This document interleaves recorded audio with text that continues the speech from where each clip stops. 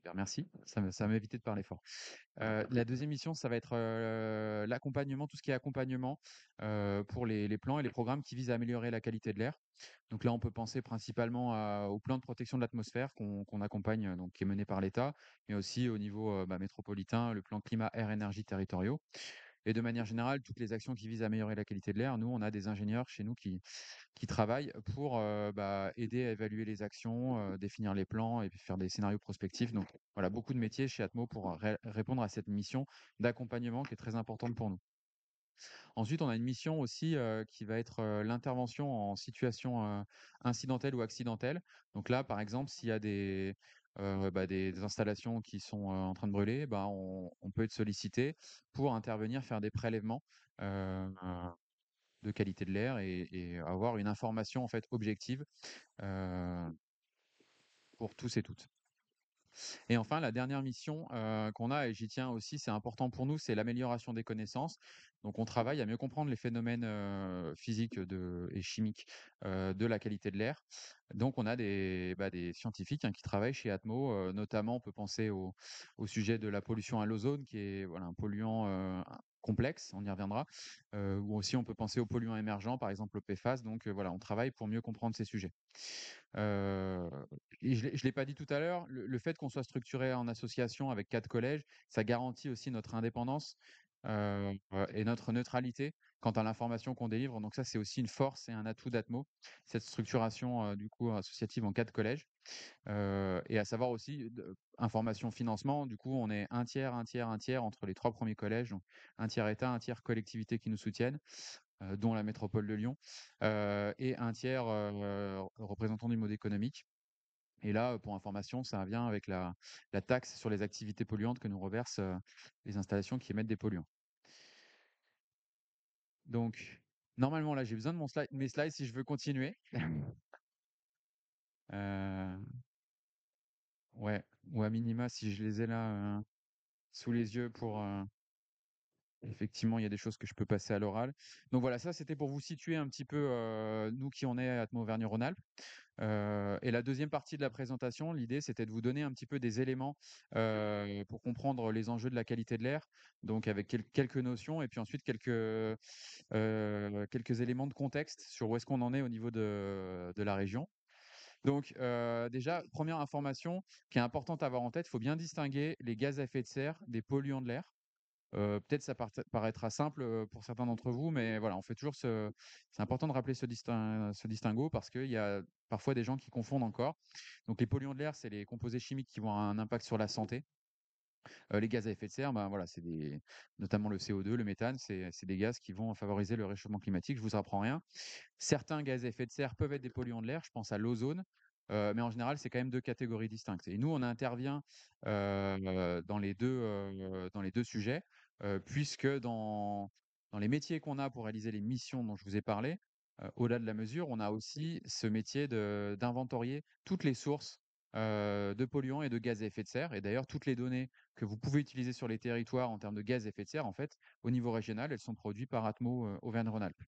Donc bien distinguer les polluants atmosphériques, des gaz à effet de serre. Sur les polluants, information aussi qui est intéressante à avoir en tête, il y a les polluants primaires, les polluants secondaires. En fait, les polluants primaires, c'est tout ce qui est directement émis par une source de pollution, donc par exemple, un pot d'échappement, une cheminée. Les polluants secondaires, c'est plus compliqué, c'est qu'en fait, il y a des réactions chimiques dans l'air qu'on respire, hein, qui vont être, voilà, qui vont faire que certains composés précurseurs vont se recombiner pour former des polluants secondaires.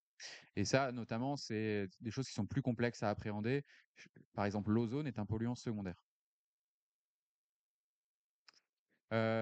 Ensuite, l'idée, c'est de vous informer sur la diversité des sources, d'émissions. Évidemment, on a, je pense, facilement en tête que les émissions de polluants, elles sont d'origine humaine. Donc, oui, en partie, c'est vrai, mais il y a aussi beaucoup d'émissions de polluants qui sont d'origine, anthropique, d'origine naturelle, pardon. Donc là, alors je crois que c'est cet ordinateur. Ouais, encore un peu. Voilà.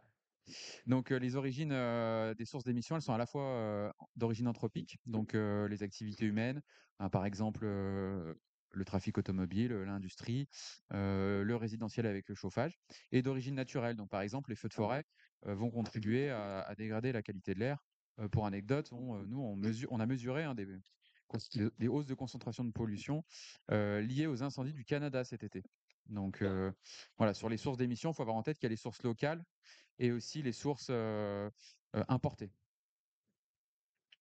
Ouais, OK. Heu, donc ensuite pour, détailler un peu plus spécifiquement les polluants, on va pas, voilà, parler de tous les polluants. Il y a plusieurs dizaines de polluants réglementés, il y a plusieurs centaines de polluants, dits émergents qui sont, non réglementés, en tout cas pas soumis à surveillance obligatoire. Mais il y a, 3 polluants principaux qu'on va regarder ce soir. Donc, le premier c'est les oxydes d'azote. Les oxydes d'azote, c'est un gaz qui est irritant, qui est neurotoxique et qui est émis, pour moitié par le secteur automobile. Heu, donc voilà, c'est notamment, pour essayer de réduire, les concentrations de dioxyde d'azote qu'on va avoir les politiques qui visent à restreindre les circulations automobiles. Information importante aussi, c'est que les oxydes d'azote sont un polluant de l'air, est un polluant de l'air en lui-même, mais aussi un précurseur de la formation d'ozone. Donc il faut le surveiller à double titre. Ensuite, le second polluant dont je voulais vous parler, ce sont les particules et les particules fines. Donc, suivant la taille qu'on considère, plus elles sont fines, plus elles vont pénétrer profondément dans l'organisme. Quand elles sont même, ultra fines, elles peuvent aller, franchir la barrière du sang et donc pénétrer, en fait, dans le sang. Les particules, elles sont d'origine multiple, hein, essentiellement, ça va être les phénomènes de combustion qui vont être à l'origine de particules, mais aussi, les phénomènes d'abrasion. Donc là, il y a vraiment une variété de sources de pollution. Elles ont des impacts sur la santé, elles ont des impacts aussi, sur l'environnement. Par exemple, les façades encrassées, c'est lié à la pollution en particules fines. En fait, les particules fines, ce sont les poussières, hein, tout simplement. Mais je pense que vous le savez. S'il y a un dernier point sur les particules fines avant de passer à l'ozone, elles n'ont pas toutes la même dangerosité pour le corps. Donc, nous, on travaille de plus en plus à essayer de caractériser l'impact des particules, par rapport à leur nature chimique. Et ça, c'est les travaux qu'on mène sur le potentiel oxydant. Voilà, j'en parle pas en détail, mais c'est pour vous dire que toute particule n'a pas le même impact sur la santé. Et puis enfin, l'ozone, dont j'ai déjà un petit peu parlé tout à l'heure, qui est à la fois un gaz à effet de serre et un polluant de l'air, et qui est un polluant secondaire, donc qui se forme à partir de précurseurs, essentiellement sous l'action du rayonnement solaire. Donc c'est un polluant plutôt estival. L'ozone aussi a un impact important sur la végétation, peut être responsable notamment de perte de rendement agricole. Donc il y a aussi un intérêt à le suivre par rapport à son impact sur la croissance des végétaux. Voilà, quand on parle qualité de l'air, je pense que ça paraîtra évident pour certains d'entre vous. Néanmoins, je le rappelle quand même, il y a les émissions, donc c'est les quantités de polluants qui sont produites sur un territoire et nous, on récupère, on collecte toutes ces données-là. Donc les sources de pollution, vraiment une quantité de polluants émis sur un territoire et ensuite il y a les concentrations et ça, c'est, on va dire après dispersion, après dilution, les niveaux de polluants qu'on va retrouver dans l'air qu'on respire. Donc c'est 2 notions à distinguer qu'on traite, toutes les 2 chez Atmo Auvergne-Rhône-Alpes. Enfin, si on a en tête la pollution de l'air, il faut distinguer de même, la notion de pic de pollution, donc l'exposition aiguë, de l'exposition chronique. Heu, voilà, on voit souvent la qualité de l'air sous le prisme des épisodes de pollution, notamment, c'est souvent relayé médiatiquement. Néanmoins, l'impact sur la santé, il est plutôt, lié à l'exposition chronique. Néanmoins, il faut quand même suivre effectivement les épisodes de pollution. Mais sur la santé, il faut avoir en tête que c'est plutôt l'exposition chronique, qui intervient. Au niveau des effets sanitaires, donc nous, on produit pas ces chiffres-là. Néanmoins, ils sont très utiles pour nous, pour appuyer nos propos. Santé publique France a produit différentes études. Donc, bon, je vais pas forcément revenir sur tous ces chiffres-là. Vous avez peut-être en tête au niveau de la France, le chiffre de 40 000 décès prématurés liés à une mauvaise qualité de l'air. Il faut avoir en tête qu'il y a des chiffres qui sont ensuite, disponibles au niveau de la région, disponibles aussi au niveau des types de maladies qu'on peut avoir. Donc si on a une qualité de l'air, correcte, enfin non pollué, on peut déterminer par exemple le nombre d'AVC évitables, le nombre de cas d'asthme évitables. Enfin voilà, il y a toutes ces informations-là qui sont disponibles. Il n'y a pas que ce chiffre des décès prématurés, et on peut regarder par typologie d'impact sur la santé la responsabilité d'une mauvaise qualité de l'air.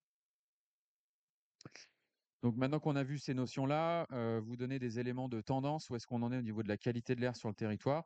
Donc ça, c'est un graphe qui détaille en fait l'évolution du nombre de jours de vigilance pollution en région Auvergne-Rhône-Alpes. Alors c'est la même chose à Lyon, donc voilà.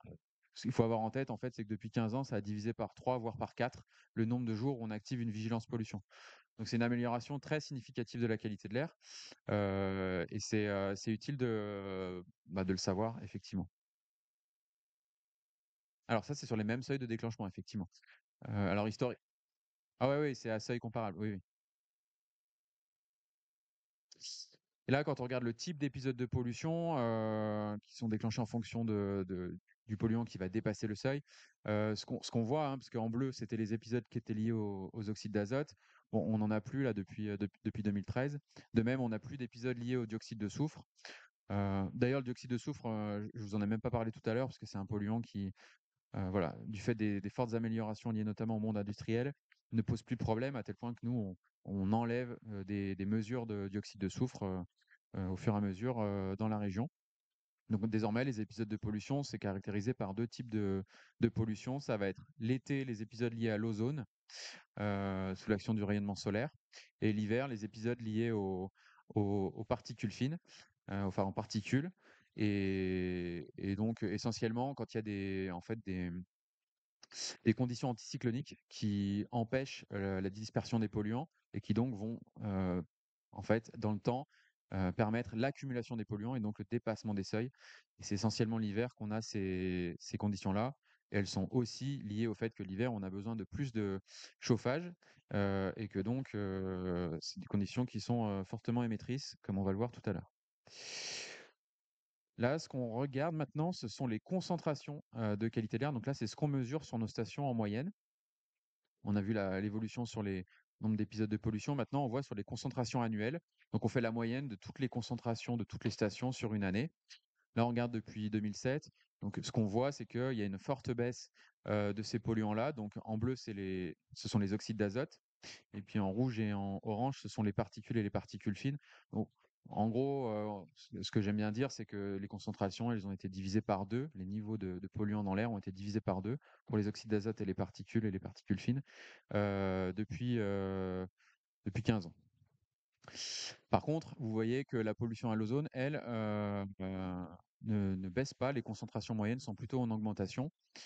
Donc nous, voilà, quand on communique, notamment, c'est sur l'ozone qu'on indique un point de vigilance. Après, il faut avoir en tête aussi que sur les particules, heu, c'est plutôt, en train d'arrêter de baisser.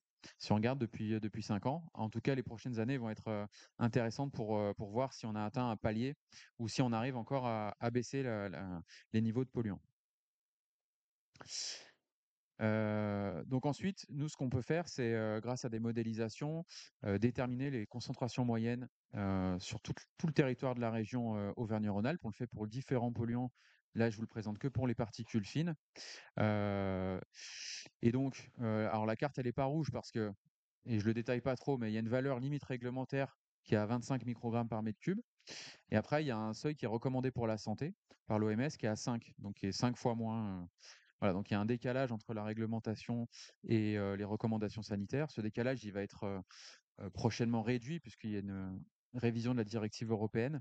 Il y a eu une révision de la directive européenne qui réglemente les concentrations en air ambiant, l'année dernière.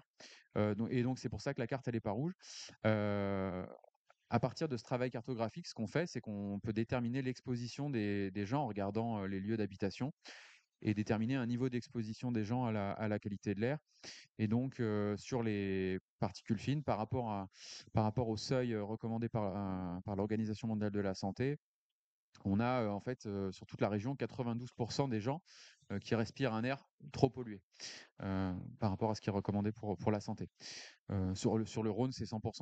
Donc voilà, vous avez vu des éléments de tendance qui ont montré une très forte amélioration de la qualité de l'air. Néanmoins, si on regarde les recommandations du monde de la santé, on est encore trop pollué pour les particules. Donc voilà pour ces éléments un peu de tendance et de bilan sur le territoire. Et sur cette partie, l'idée, c'est de vous présenter quelques éléments plus spécifiques relatifs à la combustion de biomasse, sur la qualité de l'air. Comme je l'ai dit tout à l'heure, dans nos métiers, on a l'inventaire des sources de pollution. Pour faire ces inventaires-là, on récolte la donnée et ensuite donc une donnée d'activité, une donnée de consommation énergétique et ensuite on applique des facteurs d'émission. Heu, donc il y a des guides méthodologiques qui existent, hein, au niveau, européen puis national. Voilà, donc c'est des choses qui sont normées, qui sont solides. Et là, ces facteurs d'émission, je vous les présente parce que ça permet de voir tout de suite un petit peu quel type d'installation pollue plus par rapport aux autres. Donc là, on regarde sur les émissions de particules fines. Le 1er truc qu'on peut voir, très clairement, c'est que, les installations individuelles, en moyenne, alors il y a différents types d'installations, là, je ne vais pas tout détailler, mais, émettent, plus de particules fines que les installations collectives. Voilà, et ensuite on voit les améliorations en fonction bah, de la de l'âge de l'installation, hein. Plus c'est récent, moins ça pollue.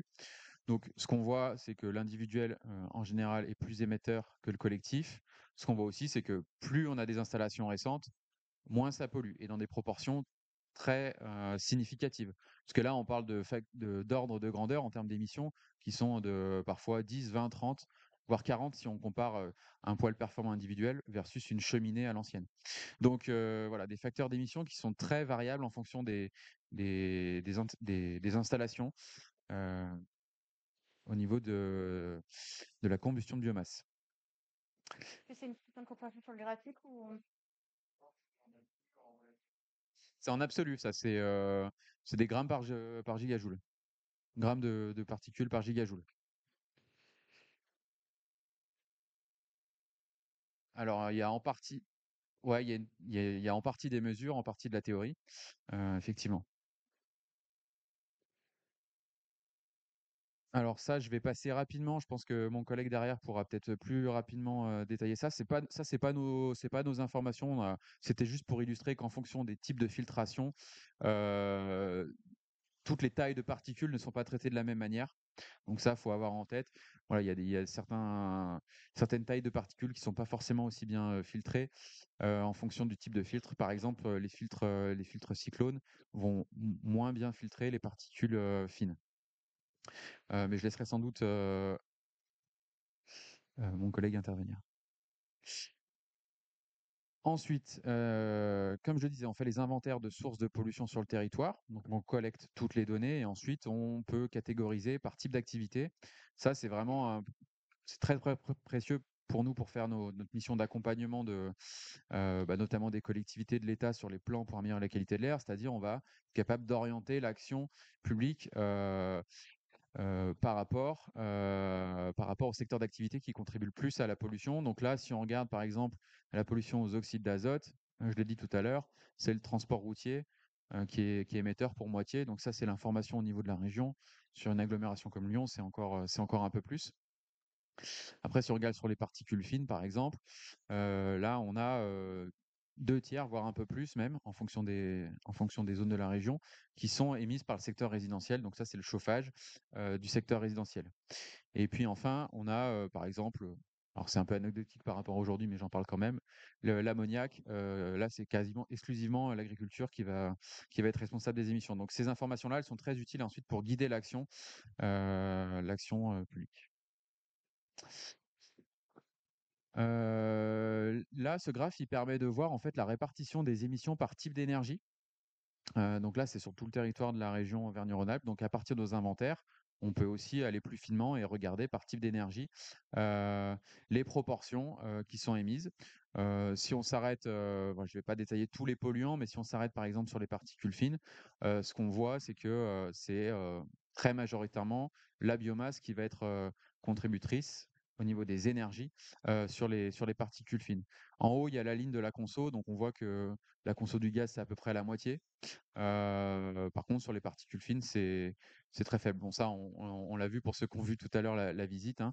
Heu Le gaz, l'avantage, c'est que, bah, il émet peu de polluants. Par contre, le désavantage, c'est qu'il émet beaucoup de gaz à effet de serre, comme on le voit ici. Heu, donc du coup, parce que voilà, nous, on fait à la fois les inventaires de polluants, mais aussi les inventaires de gaz à effet de serre.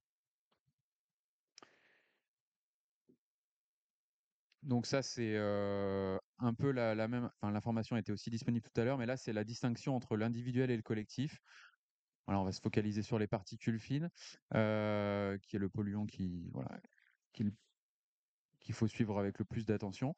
Et donc, là, ce qu'on voit, c'est que, 95 heu des particules fines émises par le chauffage, de manière générale, chauffage biomasse, heu, sont émises par les installations individuelles.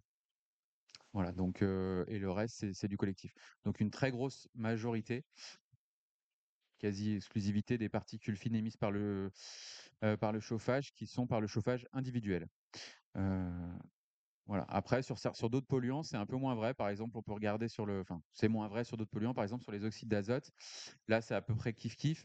En fait, ça, c'est lié au fait que les installations collectives fonctionnent à plus haute température et émettent plus d'oxyde d'azote.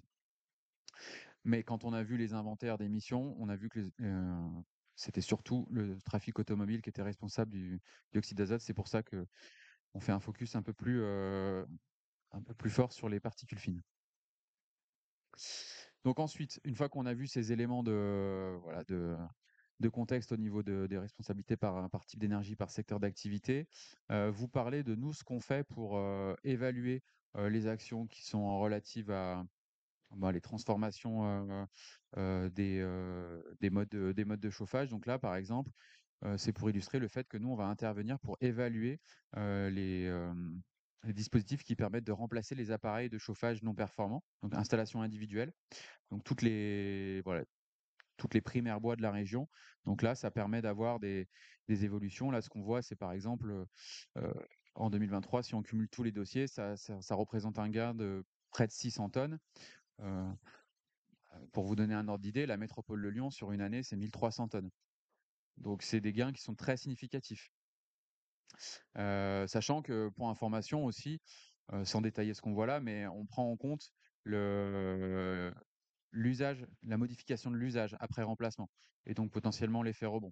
Parce que, voilà, potentiellement, si on a un appareil plus performant, on va l'utiliser un peu plus. Ça, c'est pris en compte dans nos évaluations. Donc un impact très intéressant et très fort en termes de gains sur les particules fines émises, des primaires bois de manière générale sur toute la région. Ensuite, on réalise d'autres, types de travaux d'évaluation, notamment sur les installations collectives. Et là, je ne vais pas forcément tout détailler, mais on a plusieurs niveaux d'évaluation. Toujours dans le cadre de nos missions réglementaires, comme je le disais en début. On peut faire des évaluations globales au niveau des émissions pour regarder avant, après, modification d'une installation collective, où est-ce qu'on en est en termes des quantités de polluants émises, donc juste les émissions. On peut aussi aller un peu plus loin et faire de la modélisation des concentrations pour regarder notamment le panache par rapport notamment à la hauteur de la cheminée. C'est des choses qu'on est capable de faire. Et enfin, pour aller encore plus loin, on peut faire des mesures environnementales. Donc en proximité d'une installation, on en a fait notamment ici sur la métropole de Lyon, à Gerland, sur Ville et à Vénissieux. Et d'ailleurs, je vais détailler un petit peu ce qu'on a pu faire sur Vénissieux. Donc ce type de mesure, bah, ça vise en fait à objectiver l'impact sur la qualité de l'air en proximité d'une installation. C'est des choses qu'on fait dans différents domaines, notamment pour les installations industrielles. Voilà, on le fait aussi sur les chaufferies collectives. Ici, c'est sur l'étude de Vénissieux. Donc, l'idée, c'est d'avoir une période de mesure avant la mise en place, enfin, la mise en fonctionnement de la chaufferie, et puis une après, sur une durée d'environ 6 semaines, et des périodes comparables dans le temps pour pas avoir un impact de la saison. On a besoin d'être sur la même saison. Donc, on a fait, voilà, là, c'est les différents points de mesure. Il y a des points en proximité un peu plus loin, et puis on se base aussi sur nos stations fixes, qui sont proches pour faire les travaux. Donc là, c'est les types de composés qu'on a suivis, donc les particules fines, avec aussi, des microcapteurs qui ont permis d'avoir les valeurs en temps réel. Heu et puis aussi donc la mesure des hydrocarbures aromatiques polycycliques, qui ont un impact sanitaire avéré.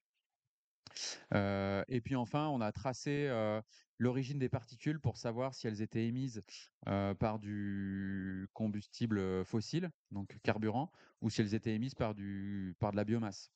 Et ça, c'est une manière en fait de répondre à l'interrogation sur l'impact de la chaufferie dans un environnement qui est déjà naturellement pollué, notamment par le trafic automobile. Heu, donc là, ce qu'on voit, c'est qu'il y a une faible évolution, donc là, justement, c'est la fraction organique, en bleu et la fraction, carbone élémentaire, donc liée à la combustion de carburant.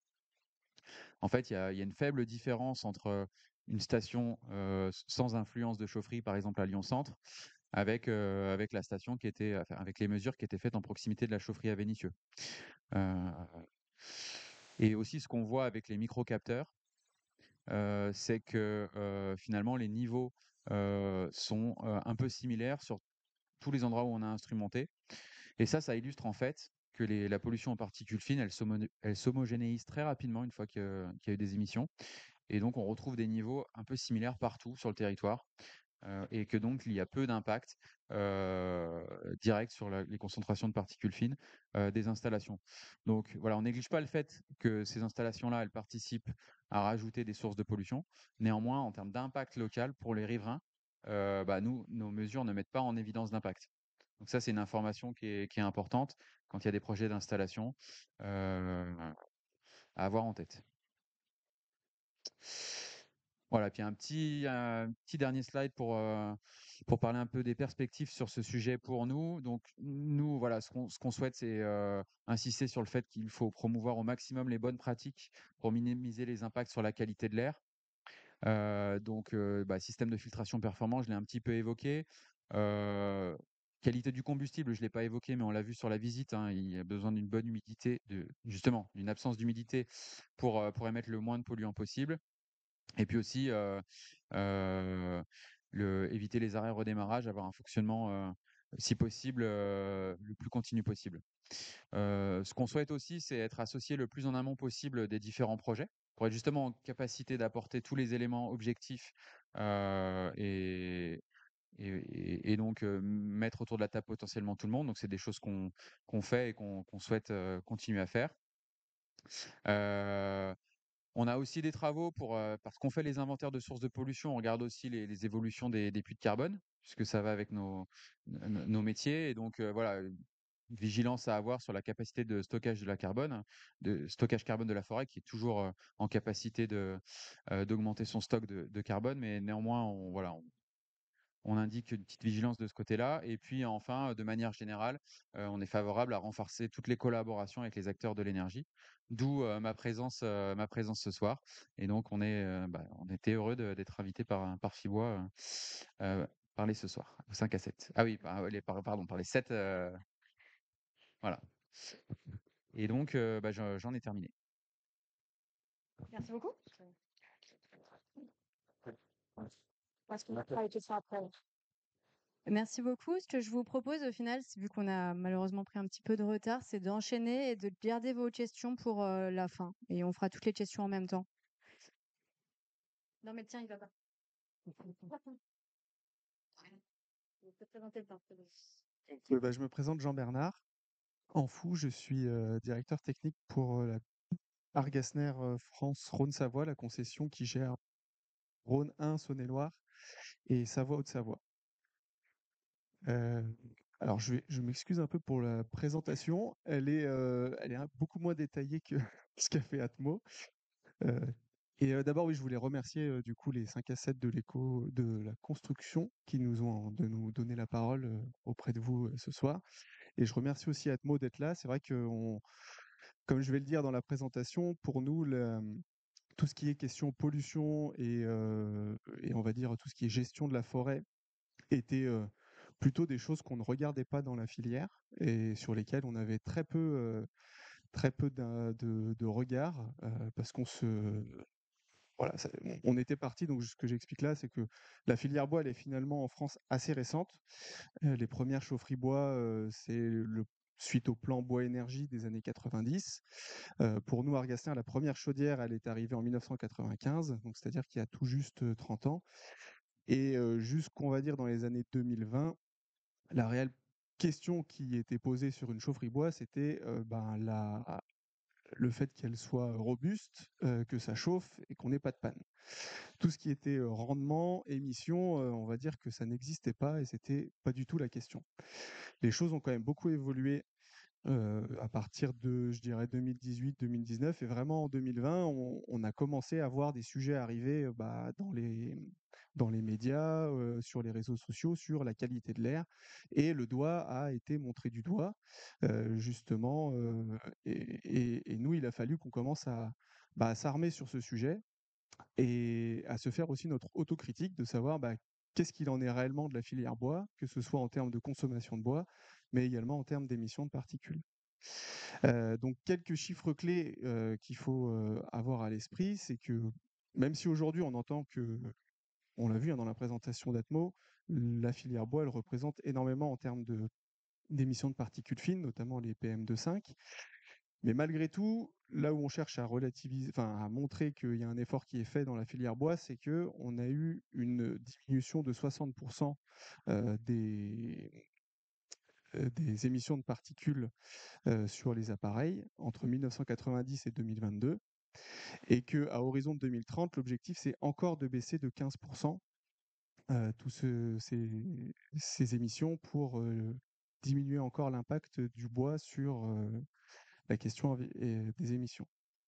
En parallèle de ça, de 90 à 2022, le nombre d'appareils de chauffage au bois est passé de 6 à 8 millions, ce qui veut dire quand même une grosse augmentation.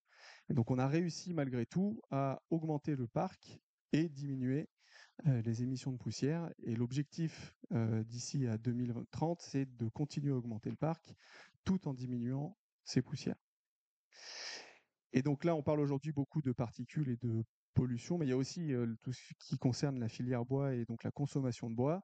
Avoir à l'esprit que de 90 à 2022, il y a quand même eu une réduction de 27% de la consommation de bois pour la partie énergétique, et que l'objectif à horizon 2030, c'est de baisser de 35%.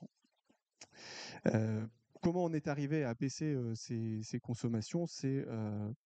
Je vais rester peut-être là, parce que on arrive à baisser les consommations parce que on passe surtout d'une utilisation du bois pour le chauffage qui est du bois bûche en grande majorité, et c'est encore le cas aujourd'hui.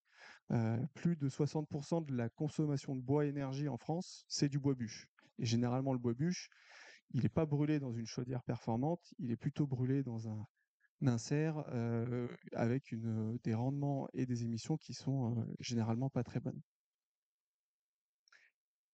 Donc là, c'est des graphiques. Alors bon, on en a déjà vu pas mal avec Atmo, mais là, ce que je voulais mettre en évidence, donc ça, c'est des émissions de particules fines qui sont donc c'est répertorié par rapport au type d'appareil.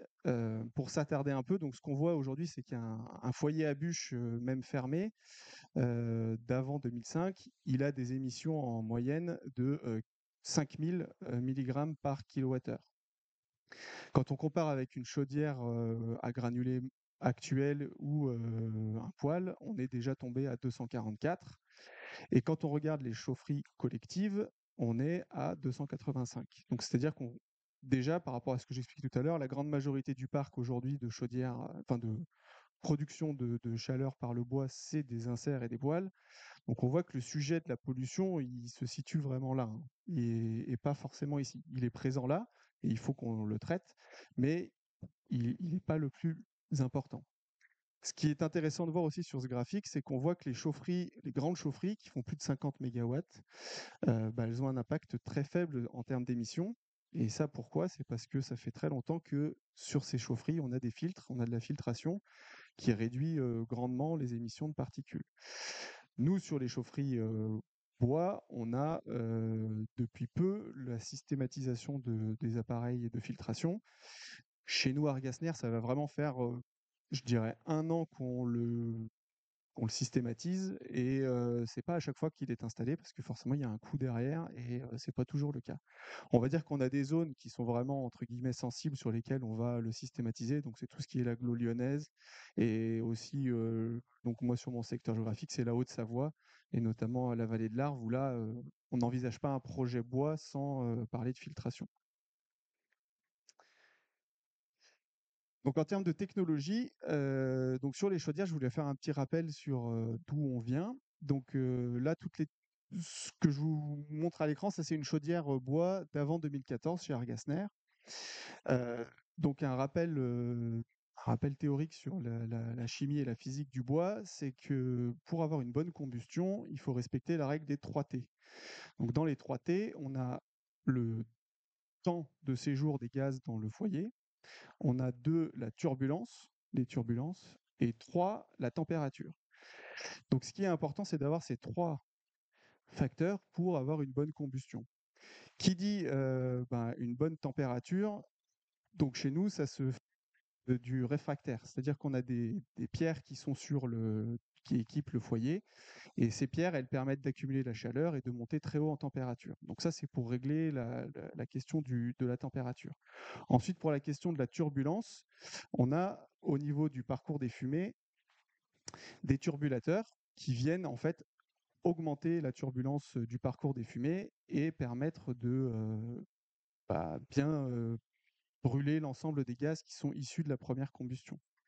Et après, concernant le temps de séjour des gaz dans le foyer, on a un foyer qui est en hauteur et en fait la flamme vient en P sur le haut et il y a une recirculation qui se fait pour vraiment avoir un temps de séjour des gaz qui soit augmenté. En plus de ça, donc sur ces technologies de chaudière, on avait systématiquement une sonde lambda et des arrivées d'air primaires et secondaires qui sont réglées, mais manuellement, c'est-à-dire que suivant la qualité du combustible, il faudrait plus ou moins adapter le réglage de l'amener d'air en fonction du combustible, ce qui n'était quasiment jamais fait. Donc on remettait un réglage de base et la chaudière, elle s'adaptait au fil du temps. Donc avec ces chaudières-là, on va dire première génération, on était capable d'obtenir en labo des émissions de moins de 50 mg par mètre cube de fumée. Et je distingue bien ce qu'on appelle les émissions en labo des émissions in situ, ce qu'on peut faire aujourd'hui. Donc jusqu'à 2018, il y avait très peu de mesures d'émissions de particules qui étaient faites sur les chaufferies qui sont en fonctionnement. On se basait généralement uniquement sur les émissions, sur les rapports de labo. Et je vous apprends pas que la vie, c'est pas le laboratoire, et donc on n'a pas tout à fait les mêmes émissions. Donc sur ces chaudières-là, il faut retenir qu'en labo, on était capable de faire moins de 50 mg par 1 mètre cube de fumée. Donc c'était vraiment quand on est dans des bonnes conditions. En réalité, on était plutôt autour de 150-200 mg par mètre cube de fumée. Ensuite, donc là, il y a des nouvelles technologies de chaudière qui sont arrivées. Donc nous, c'est à partir de 2014 chez Argasner. Donc on conserve la sonde lambda. Et donc dans les nouveautés qui sont arrivées, on a, je ne sais pas si ma souris, ouais. On voit qu'on a première chose qui a permis d'améliorer la qualité de la combustion, c'est une languette de niveau de bois placée en fait dans le foyer. Donc pour avoir une bonne combustion, il faut éviter que le bois en fait il soit amené et arrêté, amené, arrêté, et éviter trop d'avoir de la saccade dans l'amener du combustible. Donc cette languette, son rôle, c'est de maintenir en fait un niveau de bois à peu près constant dans le foyer et d'éviter à la fois d'avoir des entrées d'air parasites par les grilles et surtout d'avoir de l'amener d'air parasite aussi par la vis entrée chaudière.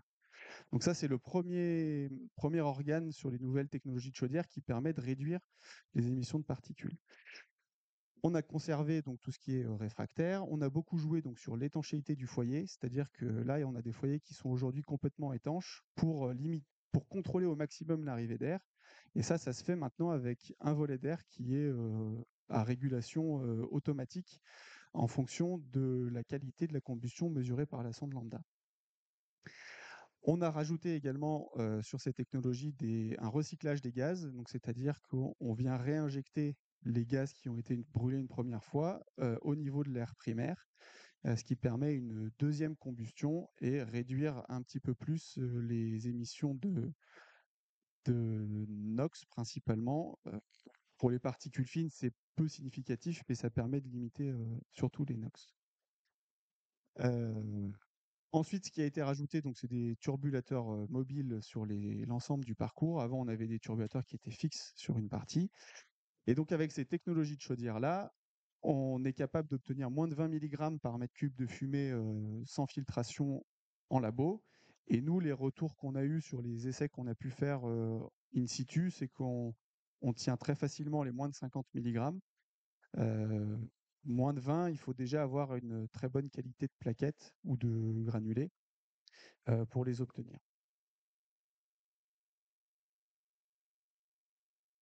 Et nous, c'est que de la chaudière automatique plaquettes et granulés sur cette technologie. Un petit point sur, donc là, on n'est pas sur la technologie des chaudières, mais sur les ballons tampons. Tout à l'heure, Raphaël nous a dit que ce qui était important, ce que vous avez vu à la chaufferie, c'est que la chaudière, elle ne fonctionne pas par à-coups. Et ça aussi, c'est quelque chose qui est arrivé un petit peu sur le tard dans la filière bois, c'est-à-dire que très longtemps, on a un peu négligé le fait que les chaudières fassent du démarrage-arrêt, 20 fois par jour. Et ça, c'est vrai qu'en termes d'émissions de particules et en termes de rendement, c'est vraiment catastrophique. Donc vraiment, ce qui est important, c'est de systématiser le ballon tampon et de bien mettre les bons volumes. Donc le ballon tampon, il va permettre en fait d'avoir des cycles longs à la chaudière. Un cycle long, c'est quoi? C'est au moins 1 heure de fonctionnement à pleine puissance pour laisser le temps à la chaudière de faire monter en température le réfractaire et également de tourner dans un régime haut pour permettre de brûler un maximum les gaz, parce que plus on va monter haut en température, mieux c'est. Le, L'avantage également du ballon tampon, c'est que si on veut combiner ça avec... aujourd'hui, il y a l'ADEME qui fait vraiment et qui a raison, pousse pour essayer de relancer en France la filière du solaire thermique, qui est un peu complètement à l'arrêt. L'avantage, c'est que si on a déjà mis des ballons tampons en chaufferie pour la chaudière bois, on peut les utiliser pour la production de chaleur thermique avec le solaire. Donc, ça a un double intérêt pour la chaufferie. Au niveau de la filtration, alors, c'est le même graphique que Raphaël. Ce qu'il faut voir, c'est que, donc, comme il l'expliquait, la filtration, on a plusieurs types qui existent et ils n'ont pas tous le même impact. Et ils n'ont également pas tous le même coût. Donc, ce qu'on voit sur le graphique, c'est que les filtres cycloniques, donc un filtre cyclonique, c'est quoi? C'est un volume, hein, en fait, l'air arrive dans un volume qui s'agrandit, ce qui fait qu'on vient réduire la vitesse du gaz, on réduit la vitesse des particules, et les particules qui sont les plus lourdes, elles finissent par tomber en bas du filtre. Donc ces filtres cycloniques, ils sont très bien pour, comme je l'ai expliqué, les particules qui sont lourdes, donc principalement tout ce qui est au-delà du PM100. Donc c'est très bien, mais ça fait pas tout, parce que dès qu'on passe en dessous du PM10, on voit que l'impact il est assez faible, et en dessous du PM2,5, ça n'a pas d'impact du tout. Donc aujourd'hui, les technologies de chaudière, on travaille sur le filtre cyclonique, mais généralement, on va le combiner avec un filtre électrostatique. Électrostatique, c'est quoi? Donc, c'est des filtres dans lesquels, donc, en fait, on fait passer une électrode qui monte haut en tension, donc autour de 14 000 volts. Ce qui fait que comme on a une tension qui est élevée, on vient récupérer les électrons négatifs qui viennent se coller en fait à l'électrode. Et donc régulièrement, l'électrode, elle est nettoyée par des systèmes soit de nettoyage à l'eau, soit des nettoyages par vibration qui font tomber la poussière. Et donc, on voit que si on arrive à combiner un filtre cyclonique avec un filtre électrostatique, on arrive à des performances de quasiment 90% de filtration sur les particules fines et les particules grossières. Parce que l'inconvénient du filtre électrostatique, c'est que contrairement au cyclone, il a quasiment pas d'impact, lui, sur les grosses particules, au-delà du PM100.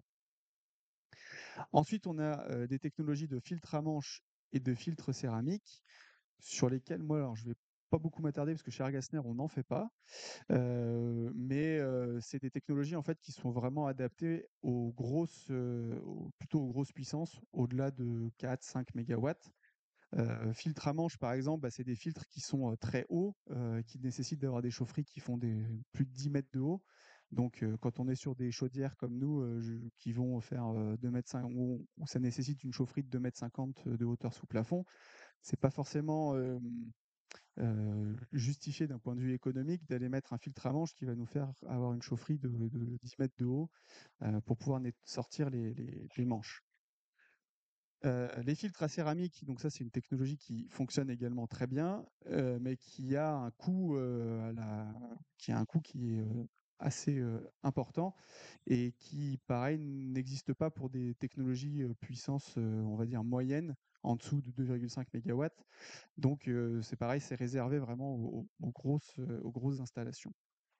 Donc, ce qu'on rencontre principalement sur les technologies de chaudière qui vont de 500 à 2,5 mégawatts, c'est du filtre électrostatique avec du cyclonique. Donc, chez Airgasner, nous, on a ces deux technologies-là. Le filtre électrostatique jusqu'à 230 kilowatts, donc avec une électrode qui est rajoutée en fait à l'arrière de la chaudière. Donc ça, le filtre. Aujourd'hui, ça reste encore des options sur nos chaudières. La nouvelle technologie de chaudière qui arrivera d'ici 2027 ou 2030, en fait, ce sera intégré systématiquement dans les chaudières, le filtre électrostatique. Donc dans l'idée, on fait passer un champ électrique avec une haute tension qui va faire que les électrons vont venir se capter sur sur l'électrode, et donc régulièrement on actionne l'électrode mécaniquement pour faire tomber les poussières. Ensuite, donc l'autre technologie à partir de 250 kW, c'est on va combiner le multicyclone avec l'électrostatique. Donc il est important de faire les choses dans le bon ordre, c'est-à-dire d'abord passer dans du cyclonique pour venir capter les grosses particules, et après on va passer dans les électrodes, parce que si on fait l'inverse, le problème c'est que les électrodes, elles sont assez vite saturées à la fois par les petites et par les grosses particules, et donc l'impact est moins bon sur la filtration. Voilà. Alors juste oui, je voulais le dire oralement parce que j'ai pas pu mettre les graphiques dessus. Nous, on a fait en interne chez Airgasner une petite campagne de mesure sur nos chaudières qu'on a installées récemment, chose qu'on faisait pas du tout avant. Et donc on constate nous donc là in situ, hein, c'est vraiment on arrive dans la chaufferie, on n'a pas nettoyé la chaudière, elle est en fonctionnement, on balance l'analyseur directement derrière. Donc avec les filtres de type e-cleaner, donc juste un filtre électrostatique, on mesurait en moyenne un abaissement de 65% du taux de particules fines dans les fumées. Donc c'est-à-dire qu'on peut les filtres, les bypasser. Donc sans le filtre, on était autour de, je sais plus si je me suis noté dans mes notes, je sais plus. On était autour de 60 mg par, non, c'était 40 mg par mètre cube de fumée. Et à partir du moment où on mettait le filtre, on tombait à autour de 15 mg par mètre cube de fumée en général en moyenne sur les installations qu'on a vues. Et avec les multicyclones, les mesures qu'on a fait, elles abaissaient beaucoup mieux. On était en moyenne sur du 80% d'abaissement. Donc on mesure vraiment que l'impact du cyclone plus l'électrofiltre, c'est vraiment le plus performant. Donc, en conclusion et quelques perspectives d'avenir pour la filière bois, pour dire que la filière bois, elle est pleinement consciente des enjeux autour de la pollution aux particules fines. On va dire on est un petit peu sorti du déni. C'était la première des choses à faire. L'évolution à venir, c'est qu'on va de plus en plus systématiser l'intégration de filtres à particules dans les chaudières, notamment chez Airgasner, ça devrait être à partir de 2027, pour réduire les émissions. Ce qu'il faut bien distinguer, c'est de savoir d'où viennent ces émissions que l'on mesure quand on parle de pollution à partir du bois, et que la grande majorité, c'est du chauffage individuel chez des gens qui vont encore utiliser un vieil appareil, et que l'important aujourd'hui, c'est vraiment de remplacer ce vieux parc d'appareils au bois. Ce sera bien pour la forêt parce qu'on va moins couper de bois, et en plus, on va réduire les émissions. Raphaël l'a déjà dit, il faut faire la distinction entre ce qui est émission et concentration. Donc l'émission, c'est qui produit la pollution, et la concentration, c'est ce qu'on mesure et c'est ce que l'on respire vraiment. Et je voulais terminer en rappelant qu'aujourd'hui, 2/3 de la production de chaleur primaire en France, elle provient des énergies fossiles. les énergies fossiles, elles sont aussi productrices de particules fines, même si c'est avec un impact moindre, notamment pour le gaz. Le fuel, ça reste une chaudière fuel qui fonctionne en marche-arrêt 25 fois par jour. C'est pas non plus très bon en termes d'émissions de particules fines. L'inconvénient des énergies fossiles, c'est que ça produit encore du CO2 et que ça nous rend dépendants envers des pays étrangers qui ne sont pas forcément nos copains, hein. Voilà.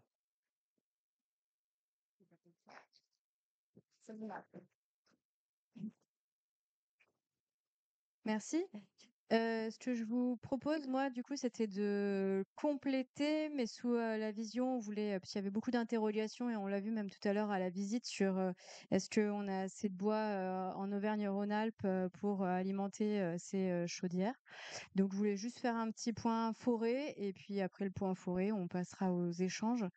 Donc pour me représenter, donc moi c'est Andrea Macré, donc de Fibois 69. Fibois 69, on est une association loi 1901 et nos adhérents, ce sont les entreprises de la filière forêt-bois. Donc ça va de la personne qui plante l'arbre en forêt, pour la filière construction jusqu'à l'architecte, en passant par les métiers entre-temps, scieur, charpentier, menuisier. Et pour la partie bois énergie, on a donc les producteurs de granulés, les producteurs de bûches et les producteurs de plaquettes forestières. Oui, bah, t'inquiète. Je peux parler, toute seule comme ça, pas de problème. Du coup, on va parler bois énergie. En fait, ce qu'on va voir, c'est que je peux pas parler bois énergie sans parler de bois d'œuvre. Donc nous, ce qu'on appelle le bois d'œuvre, dans notre filière, c'est tout ce qui va être destiné à la construction, donc bois de charpente, bois de structure. C'est intrinsèquement lié, en fait. Quand on utilise, du bois, pour quel que soit, l'usage, ça marche ou pas? Ah non, il y a remplantage. J'étais sûr qu'il fallait planter. D'accord. Du coup, quand on produit du bois pour l'œuvre, pardon, pour le bois d'œuvre, on produit forcément d'autres qualités de bois. En gros, on va dire qu'on a le top du top, c'est le bois pour la menuiserie. Ensuite, on a le bois qu'on va utiliser pour la structure, c'est-à-dire faire une ossature bois ou une charpente. Ensuite, on a ce qu'on appelle chez nous l'emballage. En gros, c'est les palettes. Et ensuite, on commence à basculer dans ce qu'on appelle le BIBE, c'est-à-dire bois industrie, bois énergie. À ce stade-là, on a différentes sources de production. On a la partie forestière pure et dure. Donc si ça veut bien marcher, je vous montrerai les schémas de gestion forestière. Mais en gros, quand on est dans un peuplement en forêt, on va, en fonction de la vie du peuplement, venir faire des prélèvements. Et ces prélèvements, bah, il y a des fois, parfois, ce qu'on appelle des éclaircies. Et dans les éclaircies, on va avoir des bois, des arbres de diamètre un peu plus faible. Ces diamètres-là, ils vont pas permettre de nous faire du bois de charpente ou du bois de menuiserie. Donc là, ça part pour d'autres usages et notamment le bois industrie. Donc ce qu'on appelle bois industrie, en gros, historiquement, c'est la papeterie. Maintenant, c'est aussi les isolants. On a une usine de fabrication d'isolants à côté de Roanne. Donc nous, c'est vrai que sur le Rhône, on a beaucoup de notre bois industrie qui part dans cette production d'isolants de laine de bois, quoi, de fibres de bois. Et puis il y a des nouveaux matériaux qui sont en développement sur ça. Et donc le bois énergie qui va être sur de la plaquette forestière quand c'est broyé, mais aussi bûche pour la partie forestière. Ça marche pas? Non, toujours pas. Ok. Donc ça, c'est l'état du peuplement. Ensuite, dans l'arbre, quand on coupe un arbre, on a la partie basse de l'arbre, ce qu'on appelle la bille de pied. Donc là, c'est là-dedans qu'on va pouvoir faire, imaginons s'il fait un gros diamètre, notre 60 de diamètre, là-dedans, on va commencer à faire effectivement du bois de structure, du bois de charpente. Plus on monte, enfin c'est logique, hein, plus on va en haut de l'arbre, plus c'est fin, plus il y a les branches. Et donc cette partie-là, elle n'est pas valorisable en bois de structure, donc ça va partir en bois industrie, bois énergie. Et ensuite, on arrive encore à l'étape d'après, qui est la transformation chez le scieur. Je ne sais pas si vous avez en tête le rendement d'un scieur. En gros, on dit souvent 1 pour 2. On a un rendement de 50 à 60% chez un scieur.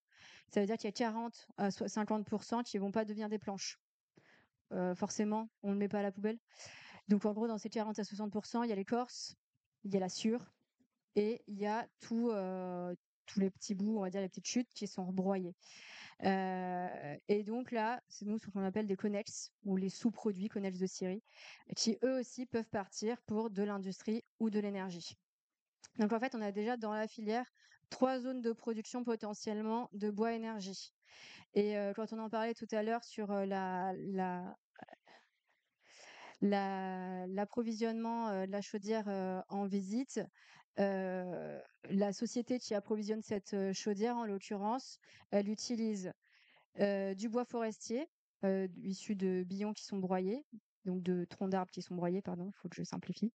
Elle utilise ce qu'on appelle en gros du statut, sortie de statut de déchets, donc du SSD. En gros, c'est des palettes broyées. Elle utilise du bois bocager puisqu'elle récupère aussi beaucoup de bois des parcs et jardins lyonnais qui sont broyés. Et donc, elle a plusieurs sources d'appro, et à partir de ces sources d'appro-là, elle fait son broyage à des granulométries différentes. Tout à l'heure, on a vu du P31, donc c'est la plus petite granulométrie. Elle va le cribler, enlever le maximum de poussière, et elle va le vendre avec un taux d'humidité donc différent. Donc en fait, on a plein de sources différentes de bois énergie, et derrière nos entreprises, en gros, elles font de la cuisine, elles font une petite popote pour que ça puisse répondre au cahier des charges du client final qui lui commande, enfin qui paye, qui commande du mégawattheure. Et donc le mégawattheure, globalement, ça va surtout regarder la partie humidité du bois, mais pas que. Ça commence à faire beaucoup sans le diapo là, quand même. C'est pas grave.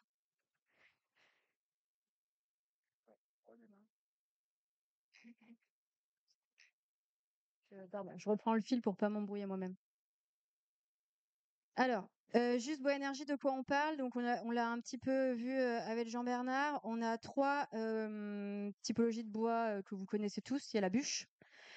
La bûche 100% issue de forêt. Production et distribution, en gros, toujours dans les moins de 100 km autour de l'entreprise, et très souvent moins de 30 km. En gros, à plus de 50%, c'est 30 km de rayon entre la forêt, l'entreprise et le client final. Ensuite, on a ce qu'on appelle le bois déchiqueté, ou plus communément, souvent on mélange avec le mot plaquette, mais en fait, plaquette, c'est pour le mot forestier. Donc le bois déchiqueté, c'est ce qu'on a vu tout à l'heure. Là, on est à 47% de bois forestier dans le bois déchiqueté. Ensuite, 21% de connex, donc c'est-à-dire ce qu'on disait, les chutes du scieur. Et le reste du pourcentage, donc 25% de bois, si on prend un mot, alors c'est pas le mot qu'on utilise nous, mais pour simplifier, de recyclage. Donc là, sorti de statut de déchets, donc SSD, donc beaucoup de palettes broyées. Donc déjà, dans le bois déchiqueté, on voit qu'il y a que 47% d'appro forestier. Et ensuite, troisième catégorie de produits, c'est le granulé. Là, le granulé, son appro bois, c'est 100% du conex. C'est la sciure qu'on utilise. Ah oui. Pour préciser au cas où quand même, dans le granulé, il y a rien d'autre que du bois, hein. En fait, c'est la sciure qui est mise dans une presse, qui est chauffée à haute température, et c'est la résine naturelle du bois qui vient faire cet aspect un peu brillant et qui se tient.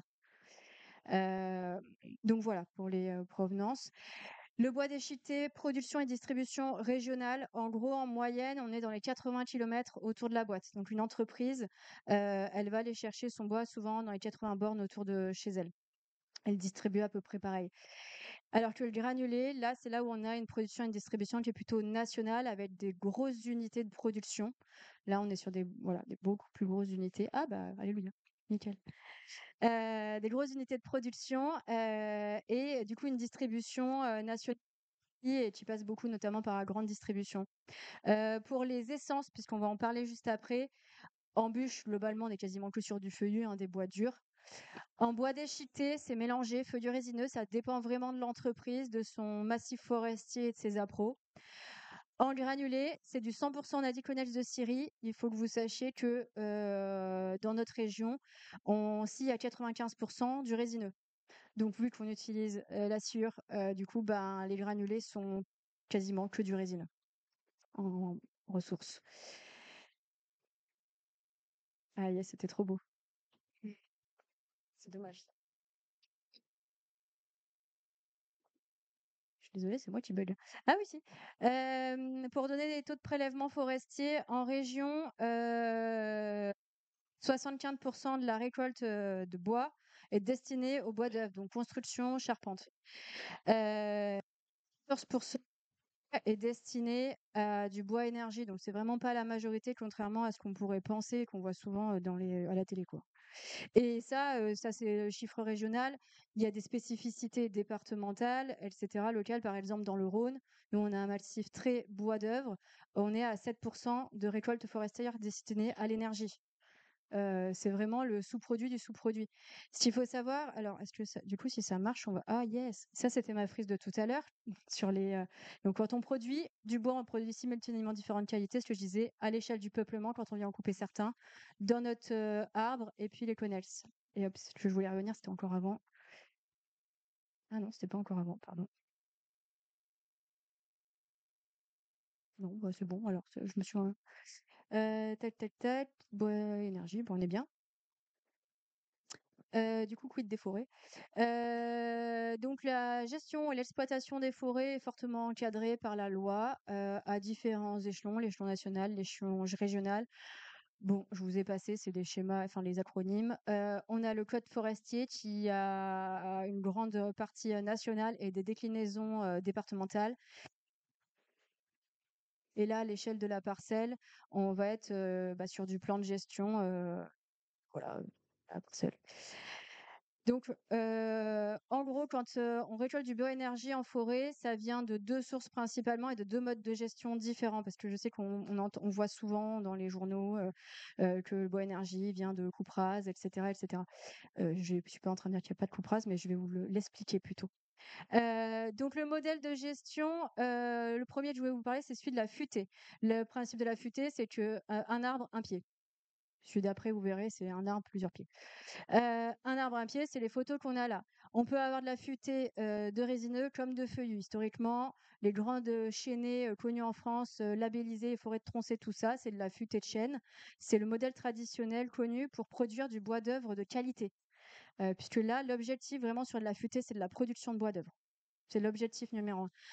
En forêt, en gros, un propriétaire, en général, soit il gère pas sa forêt, ça c'est un choix, mais quand il la gère, il se met un objectif et il va faire des actions sylvicoles d'entretien pour atteindre cet objectif.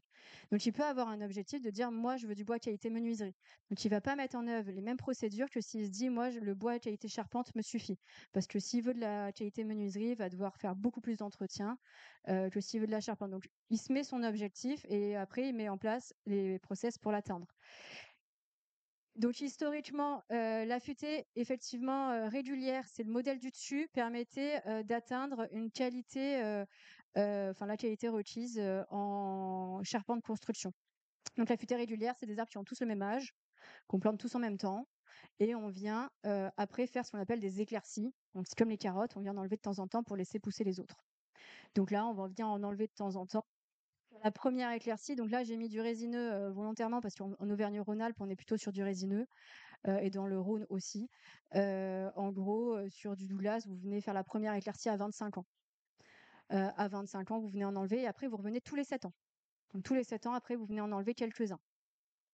Et donc là, sur la première éclaircie, il y a pas du tout de qualité, bois d'œuvre. On part en bois industrie, bois énergie. À partir de la deuxième éclaircie, on a du petit bois qui peut nous permettre de faire de l'emballage, donc de la palette ou, de la petite fermette, la fermette en fait. De la charpente, mais, plutôt pour, faire de la fermette. Et l'autre modèle, c'est la futaie irrégulière. C'est le modèle vers lequel on tend aujourd'hui. Donc là, on a des arbres qui n'ont pas les mêmes âges, qui ne sont pas forcément des mêmes essences. Mais le fait est que l'un ou l'autre, dans tous les cas, on a quand même ce sujet d'éclaircie, c'est-à-dire que là, c'est le sujet de la gestion de la lumière, mais comme là-haut, on va venir en enlever pour, laisser l'apport de lumière à d'autres pour laisser grossir les autres. Ceux qu'on vient enlever, soit c'est qu'ils sont matures, par exemple, si je vais enlever, le gros bébé qui est là, voilà, ça il est mature. Soit c'est parce qu'on juge que, en général, en fait, on garde les plus beaux pour les faire grossir et ceux qui ont des défauts, on les enlève avant parce que quand on a un défaut petit, en grossissant, le défaut grossit. Donc ça sert à rien de laisser pousser. Donc dans tous les cas, on a toujours de l'éclaircie et donc on aura toujours de la production de bois énergie. Et là, pour parler des modèles d'exploitation, parce que c'est aussi un sujet, on entend beaucoup parler d'industrialisation, de mécanisation et cetera.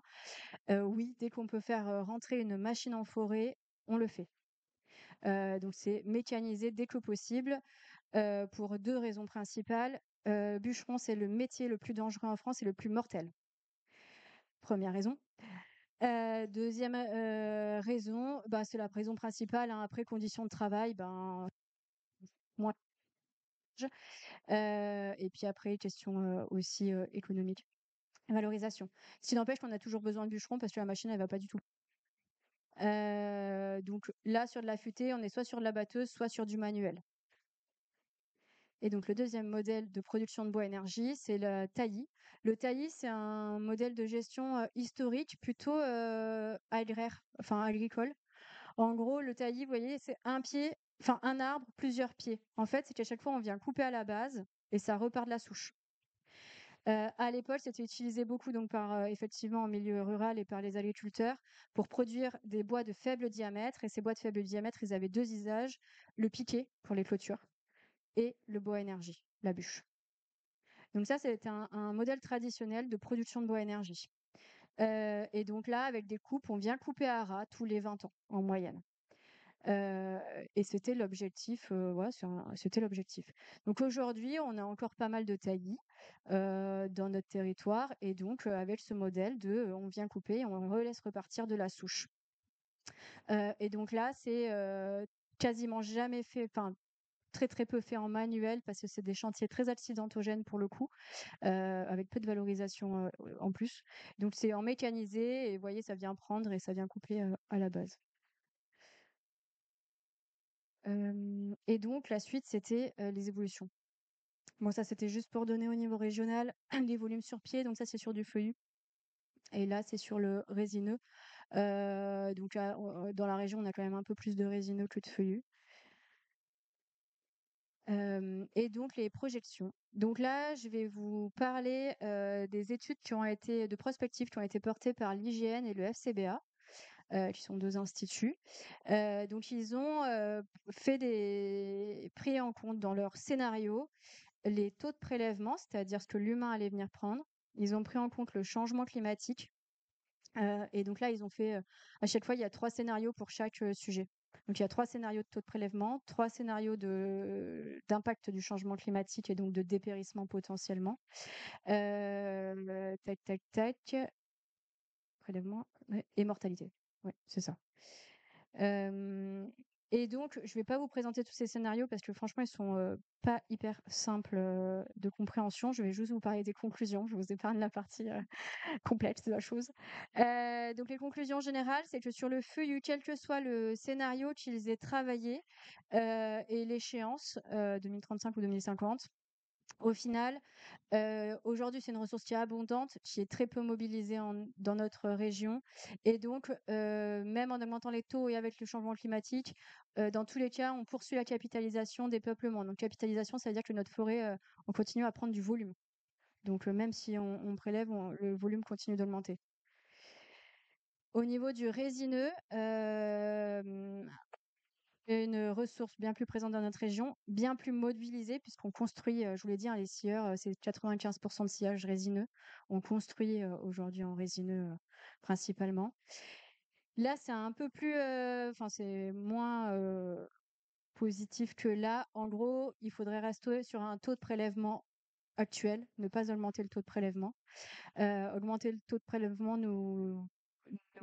pourrait nous faire pencher vers une décapitalisation.